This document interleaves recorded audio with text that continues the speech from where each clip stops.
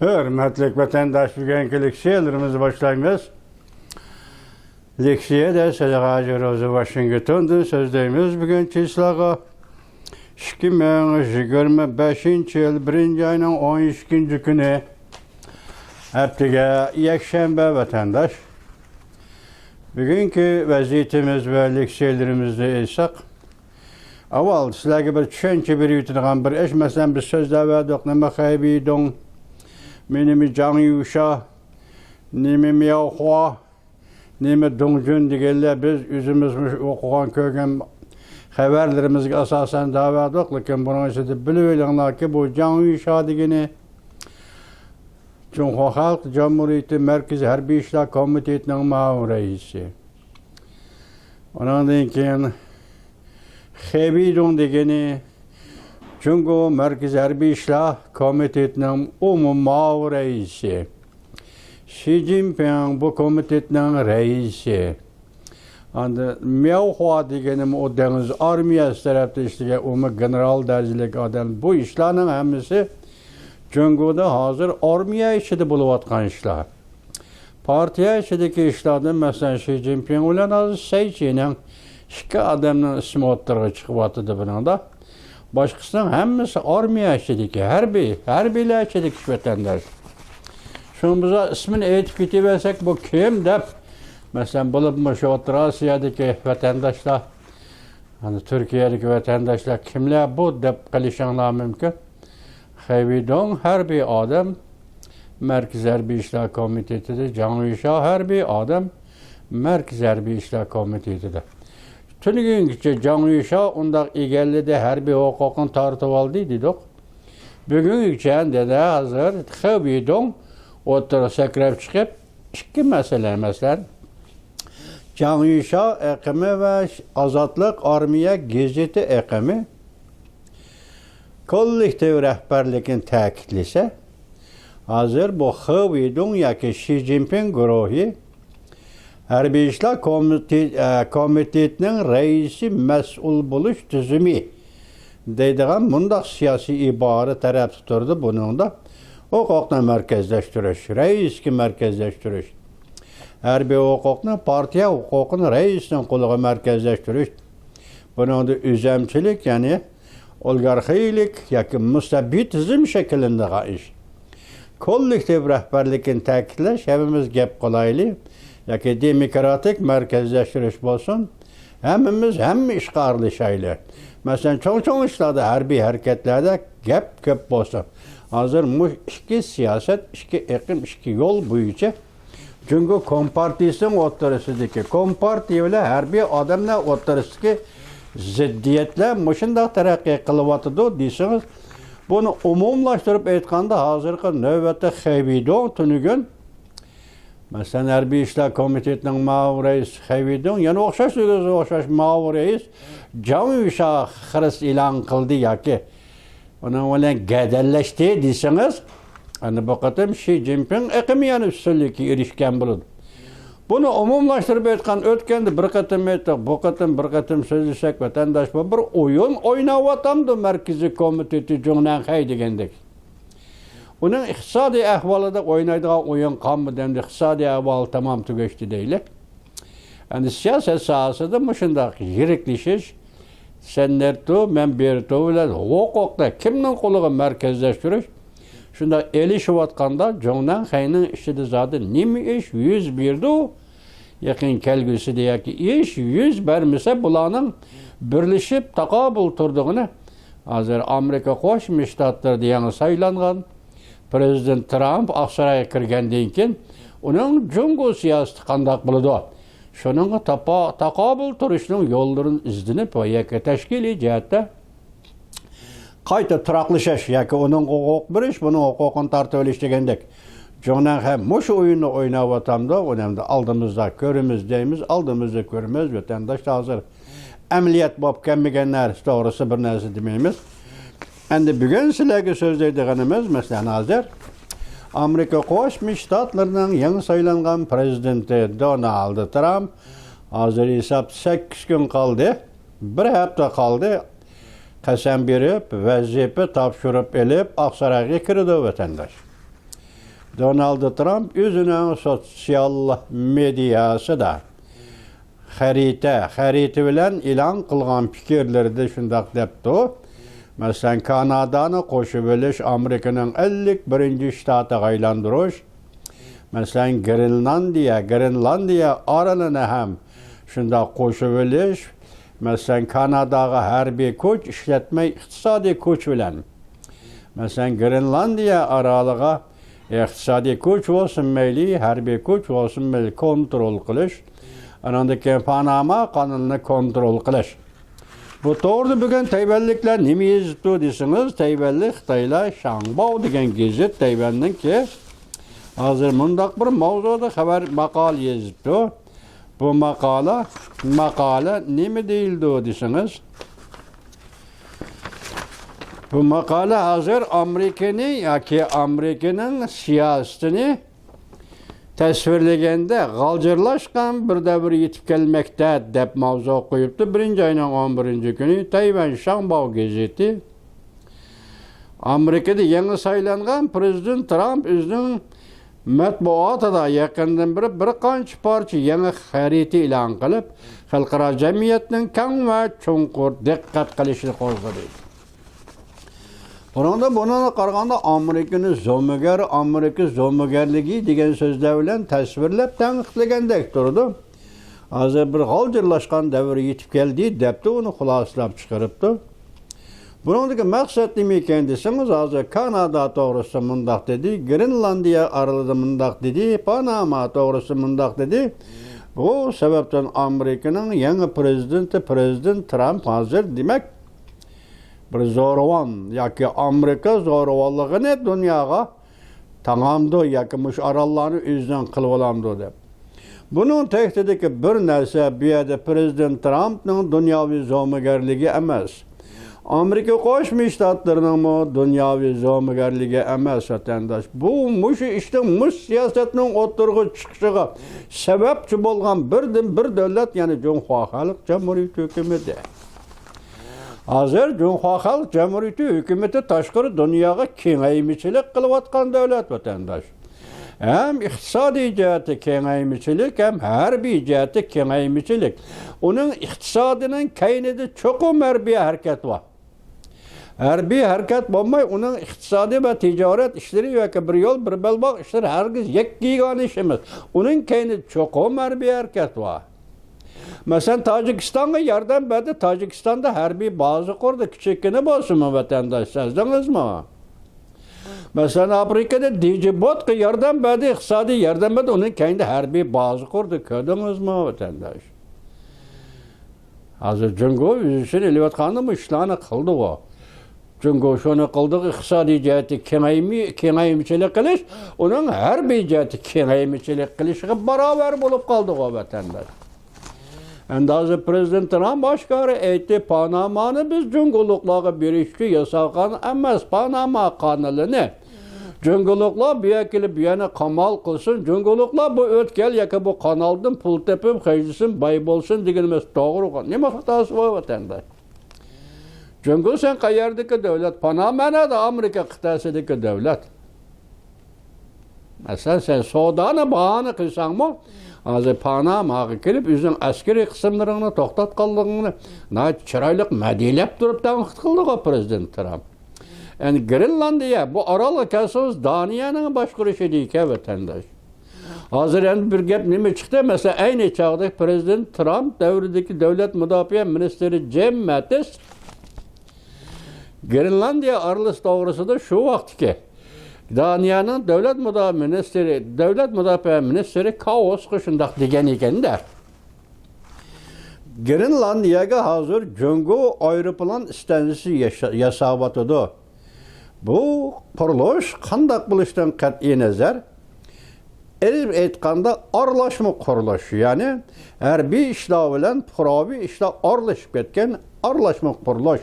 Bunda mablag'ni selish Grenlandiya arlig'i xatarli. Deyilgen aynı çağda. Şu anda hazır 4 yıl 5 yıl öte değil, bugün ende Amerika Qo'shma Shtatlarining prezidenti, yangi saylangan prezident Donald Trump o'tirg'i chiqarib, men Grenlandiya orolini o'tkazib olaman dedi. Tekti bunun Jungo Kompartiyasining kengaymichilik siyosatiga zarba berish vatandoshim. O tarafta Panama taraftan zarba berish, bu taraftan Grenlandiya oroli to'g'ri.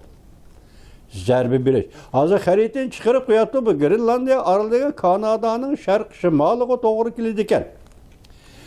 Kanadaning sharq-shimoliga mı dünyadaki dengizdagi orol davlatlar yoki orollarning ichida selishtirganda eng cho'ng orol ekan. Bu orolda yashaydigan faqat 57 ming nafar kishi borki, yoki nopos bor ekan. İqtisodiy jihatdan Daniyaga tayin ekan, Daniyaning boshqarishida bo'ladi ekan. Biroq o yuqori darajada, yüksek derecede avtonomiya ekan, lekin hozirdan boshlab mustaqillik e'lon qilamiz deb shuning taraqqiy qilayotgan bir davlat ekan bu. Grenlandiya oroli degan gap.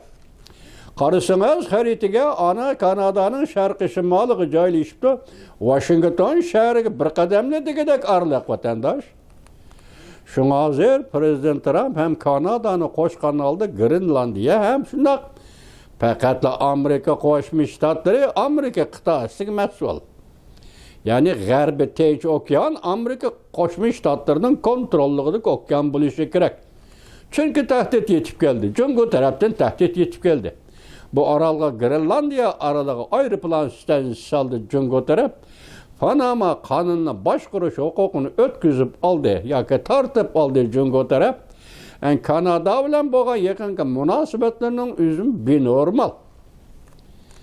Prezident Trump shunday ko'rsatdi, Kanada siz diqqat qiling, Jungo bilan bo'lgan yoki bizning raqobatchimiz bilan bo'lgan munosabatlarga diqqat qiling dedi shu bir og'iz gap. Shunda qarab kelsangiz, hozirgi hisobda mayli Grenlandiya oroli bo'lsin, mayli Panama kanali bo'lsin, mayli Kanadaning qo'shilishi bo'lsin, buning keyindagi siyosat qandoqda Amerikaning dunyoviy zo'migarligimi emas. Qandoqda Amerikaning yoki prezident Trumpning dunyoga zo'migarlik qilish aloyidligini gavdalantirish emas. Buning taktikligi sizga ayon, hammaga ayon bir haqiqat. Bir iş Jungo Kompartiyasining tahdidi Amerikaning biqiniga keldi. Grenlandiya deyli Amerikaning biqiniga keldi. Latin Amerikasi deyli Panamaga keldi, Amerikaning biqiniga keldi. Bunday vaqtda Amerikani qo'g'dash kerak deb o'tadilar. O'zini qo'g'dash kerak, Amerika bu davlatni qo'g'dash kerak, Amerika qit'asini qo'g'dash kerak. Shuning uchun hozir prezident Trumpning o'tirib qo'yayotgan bu siyosati siyosatda belgilandimi emasmi bilgilanmaydi. Hozir o'zining medyasida buni bir xaritalashtirib, Amerika degan ismni xaritalashtirib e'lon qildi vatandosh. Shuning bilan hozir bugungi bu ish o'ttirg'i chiqdi, bu siyosat o'ttirg'i chiqdi. Endi hozir prezident Trumpning bu harakat, bu siyosatini New York Vaqt gazeti nima deb tasvirlabdi desangiz, Don Horo doktrinizm. Yani bunun özü millojuyi. Xitoychada millojuyi deb ataladigan, millojuyi degan so'zning ma'nosi asli mushukan, hozir New York Vaqt gazeti mushunda ism yasabdi buningda. Don Horo doktrinizm.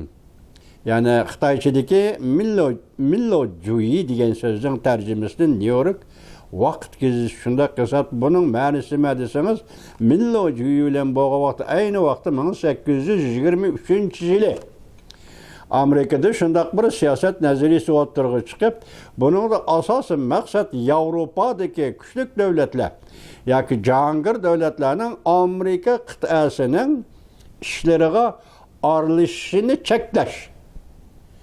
Demek tarixdagi millojuyi, yani Don Horo doktrinizm. Bugungi New York Vaqt gazetining so'zi bugun kim? O tarixda shunda o'tirib qo'yilgan bo'lsa 1823-yil bugun bu yo'lni, bu razilining o'tirg'i chiqishini keltirib chiqarayotgan bir davlat Jungo. Tarixda Yevropa jahongirlarining, cho'ng davlatlarning Avropa, Amerika qit'asiga aralashishini cheklagandek, bugun Osiyodan kelayotgan Jungodagi jahongir yoki mustabid davlatlarning Amerika qit'asining ishlariga aralashishini cheklash. tarixdagi millatjuyi bugungi prezident Trumpning doktrinizm. Yani Donro doktrinizm siyasi yani Kanada, Panama, Grenlandiya bu arallarını qo'shib siyasi tarixdagi millatjuyinin o'zi yani bugünkü New York vaqt gazeti yasab chiqqan so'z doktrinizm. Donro doktrinizm. Bu demek tarixda shunda bo'lgan kuchli davlatlar yaqinlab kelyapti Amerika qit'asiga, Amerika Qo'shma Shtatlar davlatlariga. Bugun ham shu tarix qayta takrorlanib, hozir Jungo Kompartiyasi rahbarligida yetib kelyapti. Avval uning iqtisodiy birinchi qadam, uning keyindan balki aralashma gavdalik, aralashma qurilish savdogarlari, aeroport qurish yoki kanal qurish, kanalga ishlash degandek. Bu birleşme, aralashma savdogar, yani iqtisod bilan har bir ishlar aralashib ketgan. Savdogarlar hozir Amerika qit'asiga balki G'arbiy Tinch okeanga kiryapti. Amerika Qo'shma Shtatlarining yangi saylangan prezidenti Donald Trump buningga qat'iy qarshi turdi deganlik gapirdi.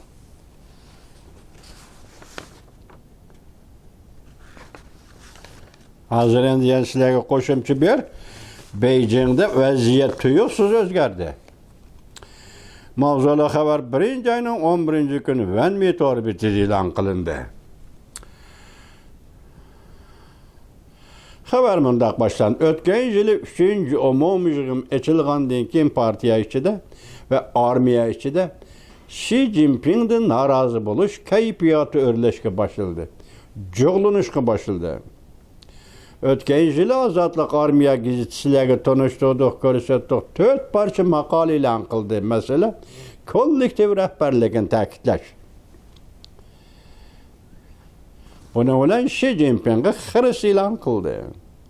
Lekin partiya matbuotida bu yil 1-ayning 9-kuni chaqirilgan Markaziy siyosiy byuro doimiy heyatlar yig'inni xabar qilganda Xi Jinpingning partiya ichidagi o'qituvchilarga zarb berganligini oshkorladi. Masalan, endi doktorga birinchi bo'lib Saychini tanqid qildi, zarb berdi. Armiya ichida kurashning kengayishi partiya ichiga yetib keldi. Hozir bor yo'q 4-5 odam. Jondan qayda 4-5 odam, harbiylarda 3-4 odam. Xi Jinping endi Saychi qatorliqlar taqa doimiy hay'atlar ichida boshqalarning ismi eg'izga chiqmaydi. Mana mush kishilar o'tirisida bo'layotgan gap. Buning o'zini Jondan hay deysiz, buning o'zini markaziy komitet deysiz, buning o'zini markaziy siyosiy byuro deysiz. Mush yerda bo'layotgan gap. Hozir bugungi o'zgarish boshlaydi. Jang Yusha qildi. Endilikda Xayvedon o'tirib chiqdi. Buningdan tepki sabab Xi Jinping guruhiga ustunlik chiqdi. Masalan, harbiy ishlarda tortib olingan huquqlarni qaytarib kelmoqchi bo'ldi dedi Tunigun. Bugun hozir vaziyat Beijing'da yana o'zgarish hosil qildi dedi.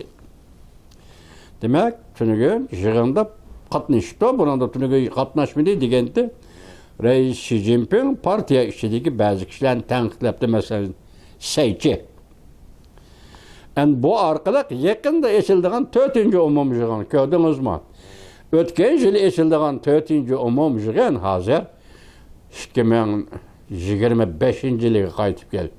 Bu 4-umumiy yig'in oldimizda 3-ayning 11-kunidan boshlab chaqirilgan ikki qurultay siyosiy kengash, xalq vakillar qurultayi. Shuningdan burun ochilamdi yoki yana keyingi vaqtida bek chandırıp qo'ydi vatandaş. Hozir 4-umumiy yig'inga yo'l tuzlandi deydi. Musha araliqda masalan Markaziy intizom tekshirish komiteti yig'ini ochibdi 9-kuni. Uning keyinda Markaziy va harbiy ishlar intizom tekshirish komiteti yig'ini ochibdi 10-kuni. Keyindan ochilayotgan yig'in vatandaş bularni bu Jondan Xayning bu rahbarlarini oldirtayotgan masala asosli bularning o'zaro ichidagi o nerto kollektiv yoki demokratik markazlashtirish bu bir qalpoq bir sahna. Bu bir deyilayotgan gap o'tirdiki amaliyotda bulardagi qo'rqish keseli prezident Donald Trumpning Aqsaray kirgandan keyin jungo to'g'risida belgilaydigan siyosat. Hazır Aksaray'a kirmey turib, yani 8 gün bor, 8 gün içinde en asaslı siyaset oturğu çıkıp oldu. Dünyavi siyaset mesela baştan tekrarlap geldi oku. Dünya miqyasıda Cungo bilan her qaysi sahalar bo'yicha raqobatlashish degan negizdan chiqadi oku sizlarga vatandosh. Bugun qarang mana. Grenlandiya orli, Panama kanalı, Kanada. Muşlarni yug'ishtirib kelsangiz, hozir Jungoning savdo taraqqiyoti yo'li yoki savdo yo'li deyilgan birinchisi Janubiy dengizning janubidagi Malakka bo'g'ozi, ikkinchisi hozir uningdan betar gavdalangan Uyg'uriston yo'li. Uyg'uriston orqali quruqliq orqali, ya'ni Qozog'iston, Uyg'uriston, Qozog'iston orqali Yevropa qandoq kirish masalasi. Chunki Yevropa iqtisodiy taraqqiy qilgan, sanoat taraqqiy qilgan davlat. Shuning diqqat qilinki, o'tgan yil 7-oyning 2-kuni Rais Xi Jinping Qozonga berib, Shanxay hamkorlik tashkilotining yig'iniga qatnashdi. Shuningdan keyin shu yig'inda Qirg'iziston O'zbekiston temir yo'lini qurilishni boshlashga qaror qildi. Uning siyosati o'zgardi. Xalqaro diplomatik munosabatlar orqali Tibet masalasi, Xinjiang masalasi degan masalalarga bir kun ma'qul, bir kun yo'q, bir kun ma'qul, bir kun yo'q bilan shu davrga kelib, oxiri qaror qildiki, qattiq maydonni oshkorladi. Demak, hozir men Tibetdan chiqib ketmayman, Xinjiangdan chiqib ketmayman degan yerga yetdi vatandosh. Endi bunday yerga yetganda qanday qildi ish? Ana onu o'zingiz tasavvuringizga olsangiz bo'ldi. Shunday bo'ladi. Hozir endi Janubiy dengiz Malakka yo'li, bu yoqda quruqliq Uyg'uriston yo'li. Jungo uchun ham uchinchi yo'l bormi yo'q. Savdo tijorat uchun. Chunki Jungo hozir ikki tahdidni his qildi. Janubiy dengiz vaziyatining kun sayin o'rlab turishi Malakka bo'g'oziga ta'sir ko'rsatdi. Uyg'uriston masalasi kishilik huquq masalasi bo'lib va yoki boshqa masala bo'lib, xalqaro tadqiqotlarda mustamlika masalasi bo'lib o'tirg'i chiqdi. Masalan, 2023-yil 11-oyning 24-kuni Yevropada Chexiya Jamhuriyatida Pragada olimlar, mutaxassislar shunday dedi, bugun Uyg'uriston masalasi kishilik huquq doirasidan olqib chiqib ketdi. Bu mustamlika masalasiga aylandi.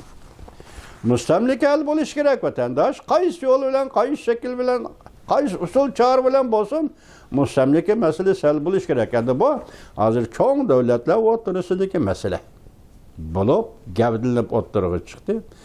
Shunday vaqtda Jungoning dunyoga xiris e'lon qiladigan, dunyoga tahdid elib keladigan usul choralarining hammasi, demak, oxirgi hisobda bu qatam hozir nima Tinch okean, G'arbiy Tinch okeanga Jungo kirmadi, kirmamdi u. G'arbiy Tinch okean masalasi, Amerika Qo'shma Shtatlarining masalasi. Davlat ishlar kotibi Antony Blinken dedi, Tayvan masalasi Amerika Qo'shma Shtatlarining masalasi. Shunama bugun Panama kanalı va Grenlandiya oroli ham o'xshashlar Amerika Qo'shma Shtatlarining masalasi. Jungo siz bu yoqqa qistab keldingiz, endi bizdan sizga qiladigan gapimiz bor deganlik vatandosh. Endi ma partiya ishidagi kurashlar dedik, tunugun jang yusha degan edik, bugun Xaviydan dedik. Hozir ikkisi elishyapti desangiz, bu armiya ishidagi elishish bo'lib hisoblansa, endi partiya ichiga qanday kengaydi. Bugun andan Hindiston, Avstraliya, endi yana qaysi bir davlat, 3 davlat, balki Yaponiya, 3 davlat o'zining tashqi ishlar ministerlarini avatib, 1-oyning 20-kuni Washingtonda o'tkaziladigan Prezident Trumpning Avstraliyaga qasam berib kiradigan murosimiga qatnashdi ekan bu davlatlar, Hindiston va Avstraliya, Yaponiya. Lekin yana Jungodan kim keladi, bu to'g'rida gap yo'q. Jungo qatnashamda qatnashmam, bu to'g'rida gap yo'q vatandosh. Ishlarning murakkabligi mana shunday keldi. Ishlarning murakkabligi shunga bugun Tayvanlik Shangbao aytgandek, qandaqda bu g'oljirlashayotgan dunyo emas, hozir Amerika Qo'shma Shtatlari G'arbiy Tinch okeanda, Amerika qit'asida, Grenlandiya oroli va Panama qatorliq bu joylarda, bu davlatlarda besip keliyotgan tahdid karakteri bilen keliyotgan Cumhur Kompartiyasını çekler. Tarihte 1823 yılı Amerika'da kötürülgen Minlojuyi, yani bugün New York Vakt gazeti hukumlaştırgan Donro Doktrayinizm. Aynı vakti Avrupa çoğun devletlerini çektiğinde bugün Donro Doktrayinizm bu siyaset bilen Prezident Trump asıraya kirip hem de Cumhur'un müşraillığı kemiyişini yaki tacavuzlu karakterde kemiyişini çekdeydi desek bu katı gap buldu. Cumhur'un münasebetiyle Amerika katı siyaset kollanıdı desek siz biz kollaydıgan siyaset bulup o tırgı çıkıda vatandaş.